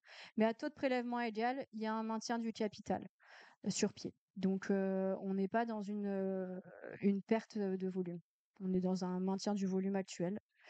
Voilà, donc c'est quand même plutôt positif et ils ont mouliné au niveau climatique quand même 3 scénarios et dont un bien pessimiste, donc ça va. Après, juste aussi quand même ce qu'ils disaient, c'est que c'est à prendre quand même avec des pincettes parce que c'est des grosses mailles de chiffres. Et que eux, ce qu'ils aimeraient bien voir maintenant, c'est des tendances, c'est-à-dire le suivre, dans les années à venir pour pouvoir en décliner des vraies tendances, et savoir, quelle courbe on suit, on va dire. Ensuite, au niveau des projets, on a parlé des lois sur le prix et Atmo disait qu'il pouvait faire des études, avant. Avant d'en arriver à ce stade, au niveau forestier, c'est pareil. Il y a, un regard sur ce que ça va avoir, comme impact sur la ressource.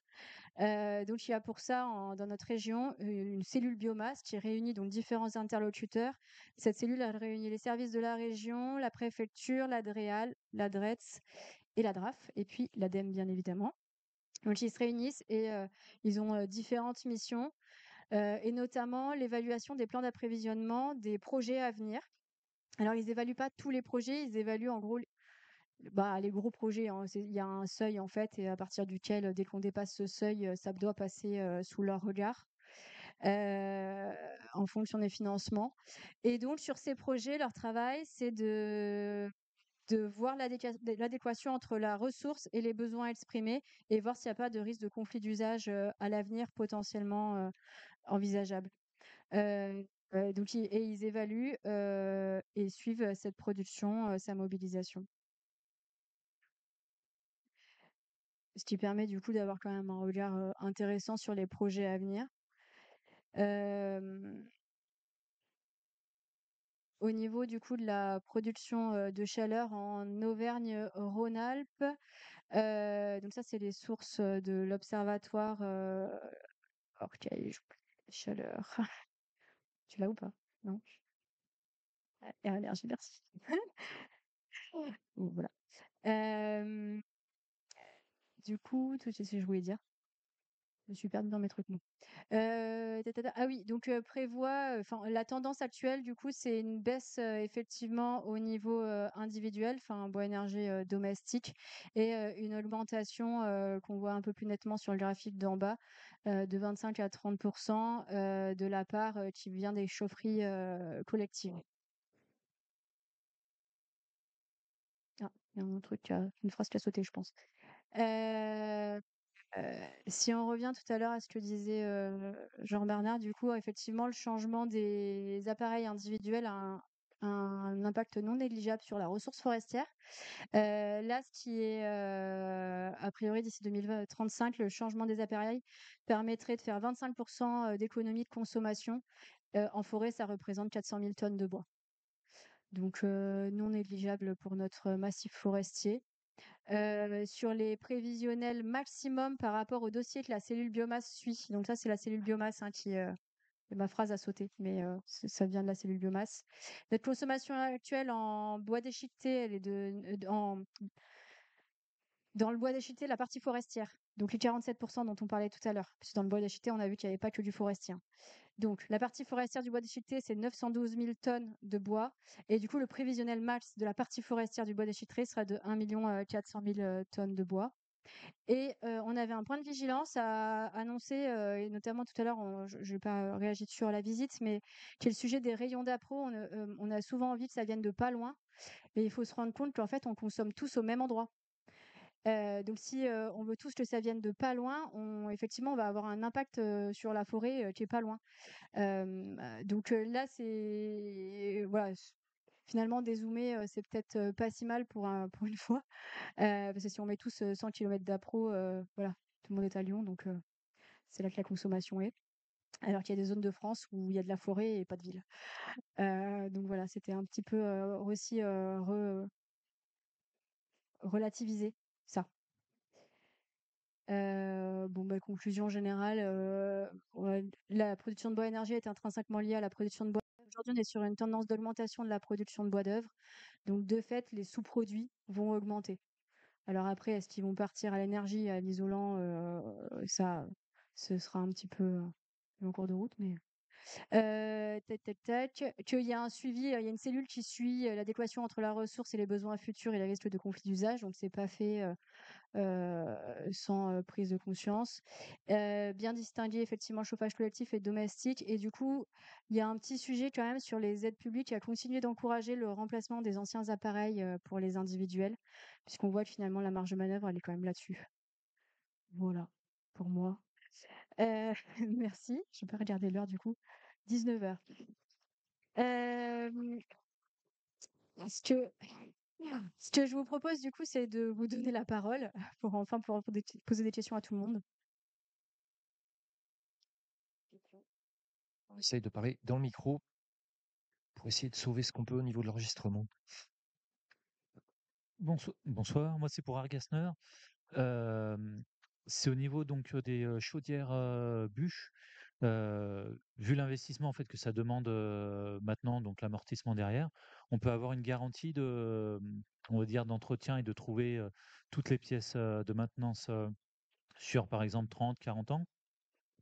Alors oui, sur les chaudières bûches, nous, on s'engage à fournir toutes les pièces 25 ans après la production de la machine. Donc ça, il y aura pas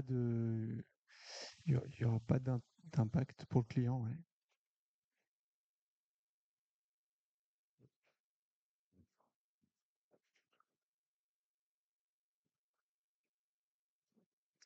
Didier Frangin, Métropole de Lyon, en charge des réseaux de chaleur urbains. Question pour Fibois. Il y a 3 chiffres que vous avez donnés là qui m'intéressent beaucoup et où j'ai des questions. Le premier, c'était sur le rayon d'approvisionnement moyen des entreprises 80 km.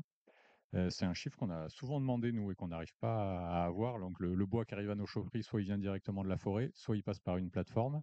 Et quand il passe par une plateforme, malheureusement, on n'arrive pas trop à avoir les chiffres d'où venait le bois qui a alimenté la plateforme. Donc, c'est intéressant d'avoir ce chiffre. Donc, c'est bien ça, le 80 km. On pourrait se dire que les plateformes qui vont faire des livraisons de bois sur la distribution, elles s'approvisionnent à 80 km autour. Ouais, en moyenne, c'est ça. Et en fait, là, quand je reparlais de chaîne de valeur, si je remets tout début, là, sur cette chaîne-là, c'est qu'il y a un sujet prix. En gros, là, c'est le plus rémunérateur et ça, c'est le moins rémunérateur. Donc, quand c'est peu rémunérateur, plus on transporte, plus ça coûte cher.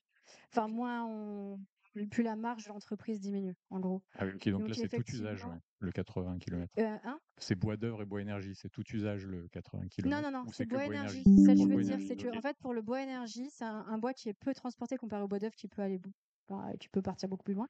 C'est que c'est une question de rationalisation économique, en fait. Donc, effectivement, en moyenne, donc si vous avez votre chaufferie qui est à votre plateforme votre fournisseur qui est à 100 bornes de Lyon, bah, ça peut être à 80 bornes, lui, de lui-même. Donc, si vous n'avez pas de chance, c'est pas dans le même sens, ça fait 180, mais oui. Ok, merci. Le deuxième chiffre, pardon, ouais, j'en avais 3. Le deuxième chiffre, c'était sur la part bois d'œuvre, bois énergie, 15% de bois énergie. J'imagine que ça compte pas tout le bois énergie non déclaré, qui est une part énorme de la consommation de bois énergie pour le bois bûche, en fait. Il y a plein de Ouais. monde qui consomme du bois bûche sans le déclarer à personne. Ce chiffre-là, faut déjà que je vois parce qu'en fait effectivement et ça je vous ai pas dit, pour tout à l'heure, on a des suivis. En fait, nous chaque année, on suit une énergie donc en gros, là cette année, en fait 1 an sur 2 c'est la bûche et l'autre année c'est le bois déchiqueté et donc ça nous permet de suivre les chiffres des entreprises, leur matériel, puisqu'on est, comme on l'a dit, Jean Bernard, sur une filière qui est assez récente et du coup qui est sur une filière qui investit en matériel pour améliorer, la production, la qualité, les rendements et cetera.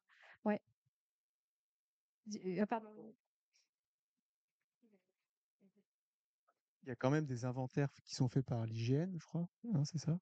Et qui, eux, vont, par des photos satellites et par des visites sur site, mesurer vraiment l'impact il y a des moments, ils arrivent, il y a un arbre, ils reviennent 5 ans plus tard, il n'y a plus l'arbre. Et donc, on sait qu'on trace parce qu'il y en a qui partent, on a des volumes qui sont en bois d'œuvre, en bois énergique qui sont déclarés, mais il y a aussi toute une part du volume de bois qui a disparu en forêt, qui lui se retrouve dans le bois bûche, parce qu'il y a peu de gens qui font de la charpente tout seuls dans leur coin. Et donc, on sait que ce bois-là qui a disparu, il est parti en bois bûche, s'il n'a pas été déclaré par ailleurs.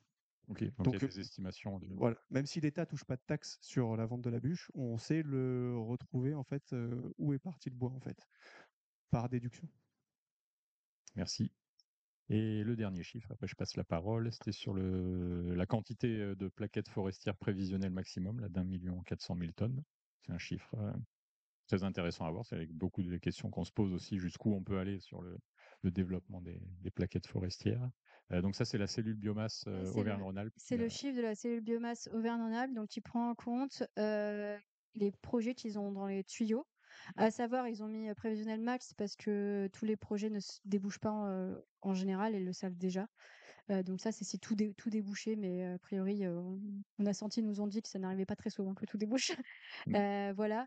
Et sur la partie forestière, oui, parce que du coup, après le point de vigilance, c'était sur la partie plutôt sciure, où là, c'était plutôt. Enfin, il y a des dossiers, en gros. Par exemple, les scieurs installent maintenant de plus en plus des unités de granulation. Et en fait, c'est de la consommation interne.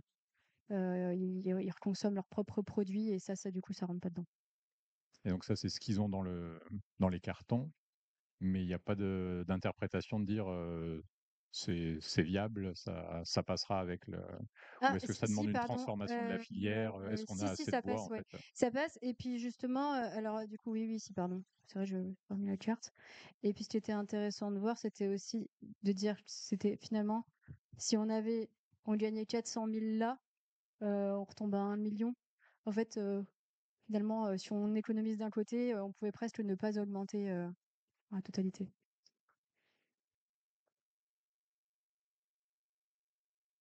Pardon, oui, c'était une question pour toi. C'était au niveau, donc tu parlais de l'équilibre, par exemple en Auvergne-Rhône-Alpes, par rapport aux résineux. Vu qu'on sait que les granulés, bah, ce sont des résineux, et puis finalement, on n'est pas encore. Il y a une marge de, comment dire, d'équipement de chaudières individuelles granulées possible. Est-ce qu'avec les autres régions, on sait que ça peut aller ou on risque pas d'avoir entre guillemets, l'offre et la demande qui pourrait faire que du bois, on le couperait plutôt, comme j'ai pu voir à côté de chez moi dernièrement, qui était pas du bois de charpente ni du bois qui pouvait être que ça et qui ont fait une coupe rase. Donc, est-ce qu'il n'y aurait pas un moment où l'offre et la demande pourraient tenter, on va dire, le propriétaire de couper plus tôt pour répondre aux besoins énergétiques, parce qu'à un moment ou à un autre, on saturerait peut-être en besoin, quoi. Ce que je veux dire, Alors c'est que là, a priori, on est à l'équilibre entre ce qu'on plante et ce qu'on coupe. Donc, pour l'instant, c'est essentiellement des déchets. C'est en fonction de ce qu'il y a dans l'arbre, chacun a sa trace. Si on augmente considérablement toutes les chaudières en granulés, par exemple, est-ce qu'on arriverait à répondre aux besoins de granulés, justement, vu que c'est à base de résineux? Alors, pour ce qui est de l'augmentation, du nombre de chaudières à granulés, malheureusement pour nous, les chaudières, elles ont été retirées du dispositif MaPrimeRénov'. Donc, on va Ça va calmer on va malheureusement pas marcher. Et pour ce qui est de la filière bois, elle vit dans le monde capitalistique, mondial et aujourd'hui, comme l'a très bien dit, Andrea, il a de la valeur quand il est en bois d'œuvre. Si c'est du bois énergie, ça a presque pas de valeur. Un propriétaire forestier qui couperait des arbres pour faire juste du bois énergie, il va le faire une fois, mais après, c'est des gens qui généralement vont pas replanter. C'est pas des gens qui sont acteurs de la filière bois. C'est des gens qui ont peut-être hérité et qui veulent faire ça. Mais vous parlez avec n'importe quel gestionnaire forestier, il n'y en a aucun qui fait du bois énergie pour faire du bois énergie. Il va d'abord faire du bois d'œuvre avant tout, quoi. Du coup, le granulé, il est issu du clonage de Syrie, hein. On coupe pas des en fait, du coup, le granulé, donc il faut de la poussière, faut de la sciure. Donc si tu partais de l'arbre, enfin, aujourd'hui, économiquement parlant, c'est pas viable de partir de l'arbre parce que ça coûte trop cher de le transformer et d'en avoir de la sciure. Donc on part déjà, de la sciure.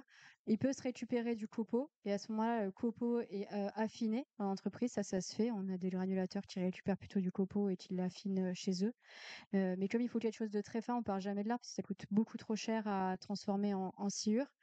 En plus, il faut enlever l'écorce et cetera et en pourcentage d'humidité aussi, le granulé, c'est 10 d'humidité, donc c'est très, très faible, en gros, un bois sur pied, quand il sort de forêt, en conditions normales, il est autour des 40 d'humidité, donc faire baisser à 10, ça commence à consommer aussi de l'énergie et le granulé est un produit, pour le coup, quand on parlait des appros et tout ça, le granulé, et je vous ai parlé de grande distribution, c'est vraiment, effectivement, un produit, soumis à la grande distribution sur lesquels les prix sont quand même régulièrement tirés.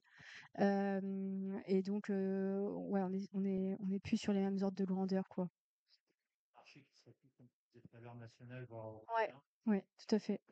Ouais et par ailleurs, pour effet de conjoncture, on a eu, c'était quoi, il y a 2 ans maintenant, où il y a eu beaucoup de chaudières installées et passer de granulés en ouais, non, mais j'allais dire Il y a 2 ans, on a eu un pic sur le prix du granulé, qui était, lié à quoi? Non pas parce qu'on avait vendu, des chaudières à granulés, parce que le parc, en gros, on a installé en une année, je crois que c'était, 45 000 chaudières, à granulés, tous fabricants confondus, sur un parc de 250 000 chaudières.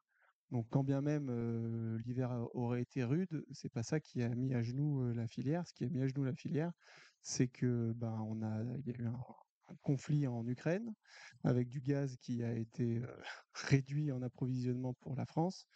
Et tous les gens qui avaient des poêles à granulés chez eux ont fait du surstock.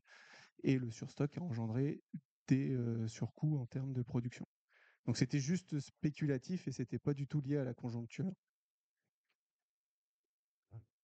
Et pour finir là-dessus, et par ailleurs, entre-temps, depuis, en plus, parce qu'il y a des usines, beaucoup d'unités de granulation, enfin beaucoup, des très grosses unités de granulation qui ont ouvert entre-temps. Du coup, pas trop au bon moment, mais juste après, quoi. Parce que pareil, c'est des gros projets, donc ça met du temps à maturer. Et ouais, l'année suivante, on a 2-3 grosses unités qui ont ouvert et donc qui ont apporté en plus de la matière maintenant sur le marché qui est présente. Donc on a ce qu'il faut en termes aujourd'hui de production. Oui, bonsoir, Christophe Pasquale, Habitat Bioclimatique Conseil. J'avais une remarque et puis une question. D'abord, je suis un fervent promoteur du bois énergie, ne serait-ce que parce que j'ai travaillé dans la filière de nombreuses années. Ma remarque, c'était sur les usages justement que vous montriez actuels et la possibilité de faire soit de l'isolant, il y a fibre de bois, laine de bois, soit de la combustion. Euh, dans mon métier d'aujourd'hui, moi je trouve que c'est beaucoup mieux de faire des isolants fibres et laine de bois que de brûler du bois. Alors bien sûr, en dernier ressort, il faut avoir un poêle, il faut avoir quelque chose, il faut faire le complément d'énergie qu'on peut pas, qu'on est obligé d'avoir. Mais l'isolant en bois, pour enfin, l'image de marque de la filière est beaucoup plus intéressant, ne serait-ce que parce que c'est un puits de carbone bien meilleur que le bois énergie. Le bois énergie, en fait, il est neutre, c'est-à-dire que on brûle du bois et le CO2, il est reconsommé, enfin réabsorbé par la forêt d'à côté, c'est zéro. Alors que l'isolant, c'est comme le bois d'œuvre, c'est quand même un bien meilleur puits de carbone.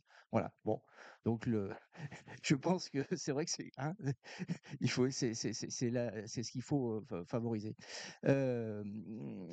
La question, c'est bon, ces dernières années, les étés ont été très compliqués. J'ai entendu dire que justement, pour en revenir au puits de carbone, que l'effet puits de carbone de la forêt française, il était quasiment neutre, nul, sur les 2, 3 dernières années, alors qu'il était bien plus important précédemment. Est-ce que, bon, ça c'est quelque chose qui est pris en compte, par exemple dans les scénarios que vous nous avez montrés de l'IGN et du FCBA sur la capacité à mobiliser plus de bois de nos forêts. Ouais, juste pour répondre sur la partie stockage carbone de la forêt, et uniquement en Auvergne-Rhône-Alpes. Et nous, on a passé une bonne année là, à beaucoup travailler nos chiffres, puisque du coup, comme j'ai dit, on produit les inventaires de sources de pollution, mais aussi de gaz à effet de serre. Et du coup, on regarde aussi le stockage. Ce qu'on a vu, c'est qu'il y a effectivement une baisse du flux de carbone qui est capté par la forêt depuis 10 ans en Auvergne-Rhône-Alpes. Néanmoins, ce flux de carbone, il est toujours positif. Donc, on continue à stocker du carbone chaque année en Auvergne-Rhône-Alpes. Par contre, cette capacité de stockage, elle a baissé. Donc, c'est pour ça qu'à la fin, je disais, il faut être vigilant. Mais on continue à augmenter le stock de carbone en Auvergne-Rhône-Alpes. Voilà. Après, sur la France, je ne peux pas du tout vous répondre.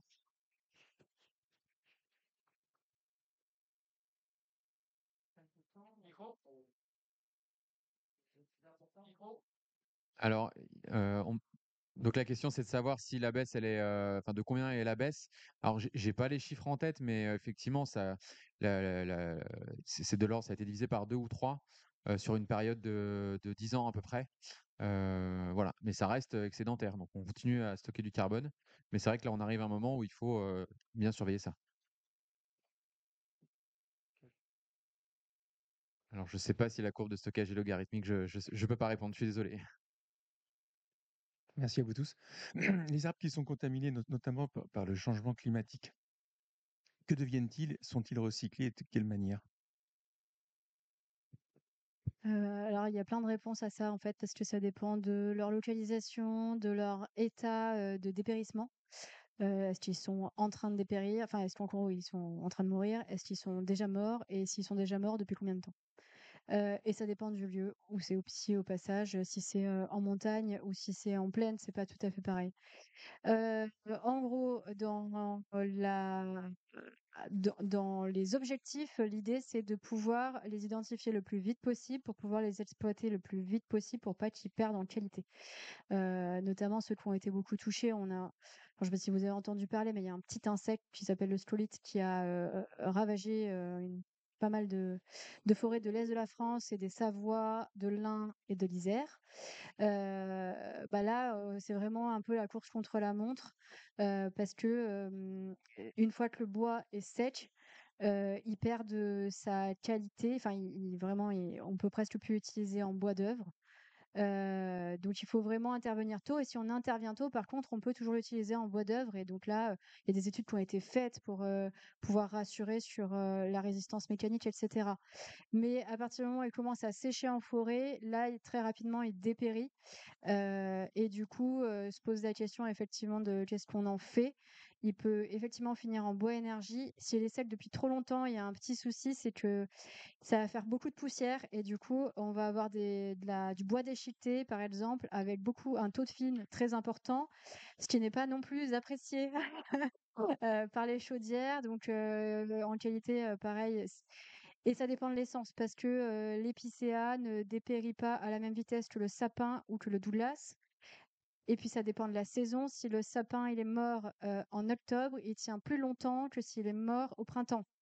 Donc en gros, s'il est mort au printemps, 3 semaines plus tard, on n'en fait plus grand-chose. S'il est mort à l'automne, on peut le tenir 1 mois ou 2. Donc en fait, c'est une multiplicité de réponses. Et puis, du coup, qu'est-ce qu'on en fait? Donc dès qu'on peut, on intervient vite et on le garde en bois d'œuvre. Si ça fait pas trop longtemps qu'il est mort, on va le passer en bois énergie. Et puis à partir du moment où il est vraiment sec et vraiment mort, là, le sujet chez nous, c'est de pouvoir les couper pour pouvoir replanter autre chose, une essence plus adaptée au changement climatique. Et là, c'est le sujet des financiers en fait, parce que le propriétaire perd de l'argent en fait, hein. Il paye pour qu'on lui enlève les arbres. Il va pas du tout gagner d'argent dessus. Et du coup, derrière, il va donc devoir payer pour qu'on les enlève et payer pour planter. Et donc ça, financièrement, nous, on est sur, beaucoup de propriétés privées et beaucoup de petits propriétaires.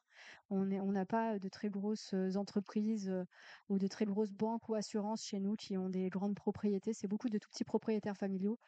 Et donc s'ils ont pas, les fonds financiers, bah, du coup, malheureusement, les bois secs, restent sur pied et dépérissent, enfin dépérissent, ils sont déjà morts, mais ils restent sur pied, quoi, jusqu'à ce qu'ils tombent, naturellement, quoi. Ce qui est un vrai souci et un vrai, sujet, bah, pour le risque incendie, pour, si c'est proche de chemins de randonnée, ben, le risque, chute d'arbres sur des randonneurs et cetera, quoi. Et ouais, pour répondre, bonjour, Laurent Bahut. Pour rebondir justement sur le bois mort, est-ce que bah, justement au niveau écologique, il n'est pas intéressant aussi de le laisser dans la forêt? Est-ce qu'il n'y a pas une gestion aussi raisonnée avec des zones de bois mort qui sont disposées dans la forêt bah, pour conserver une, euh, une biodiversité Bah, dans les forêts, non gérées, de fait, il y a du bois mort, hein, naturellement, qui est là. Bah, ces forêts-là, là, qui meurent à cause du changement climatique et là, on parle plutôt des forêts, cultivées. C'est-à-dire là, je vous parlais du cas, c'est le cas de l'épicéa, en gros, donc qui était vraiment destiné bois d'œuvre, qui dépérit avant, son arrivée à maturité. Donc là, oui. Et après, sinon, par contre, enfin, je veux dire, dans une forêt gérée, là, on voit, forêt futée régulière classique. On est, en fait, dans les plans de gestion et dans les réglementations, il y a des taux de bois mort à laisser imposer. Donc de toute façon, même quand on est dans une forêt, gérée classiquement, on a quand même un pourcentage à laisser. Et par ailleurs, quand on exploite, si vous baladez en forêt, même dans une futaie régulière, classique de Douglas, au moment d'exploiter, toutes les branches, par exemple, elles sont tout le temps laissées au sol. On les exporte pas parce que c'est un export de matière organique, donc on laisse toujours, au sol, et pour, retour de la matière organique au sol. Voilà. Ouais. Ah pardon. Ouais. Et par rapport aux maladies comme le scolite et enfin tout ce qui va ravager la culture, il y a intérêt à enlever très vite les bois morts, parce que sinon la maladie se propage beaucoup plus vite. Et au lieu d'avoir peut-être 4-5 individus qui vont mourir sur 100, bah, très rapidement, on va en avoir la totalité du parc qui va mourir. Donc quand on parle des ravageurs, il faut mieux s'en occuper très vite de les enlever au risque de tout perdre. Sur les ravageurs, alors du coup, oui, en gros, dans l'est de la région, donc plutôt le massif montagneux, on a eu beaucoup de stolite. Et là, il y a carrément des arrêtés en fait par département pour les couper au plus vite. Mais bon, entre l'arrêté, qui est obligatoire, et la réalité du nombre de personnes qui travaillent en forêt et de leur liste de chantiers voilà, qui s'allonge, ben, on n'arrive pas forcément à tout exploiter dans les temps. Et puis, merci. Merci beaucoup. Mais on va s'arrêter là pour monter. Je pense qu'on va poursuivre les échanges là-haut. C'est ce que j'allais proposer, effectivement. Donc, il y a un petit cocktail qui vous est servi juste à l'étage du dessus. Donc, on va se retrouver. Je trouve que Fred fait des grands gestes. On peut aussi passer par Mais en l'extérieur. tout cas, merci pour votre attention. Désolée pour le cafouillage du début. Et on poursuit les échanges là-haut.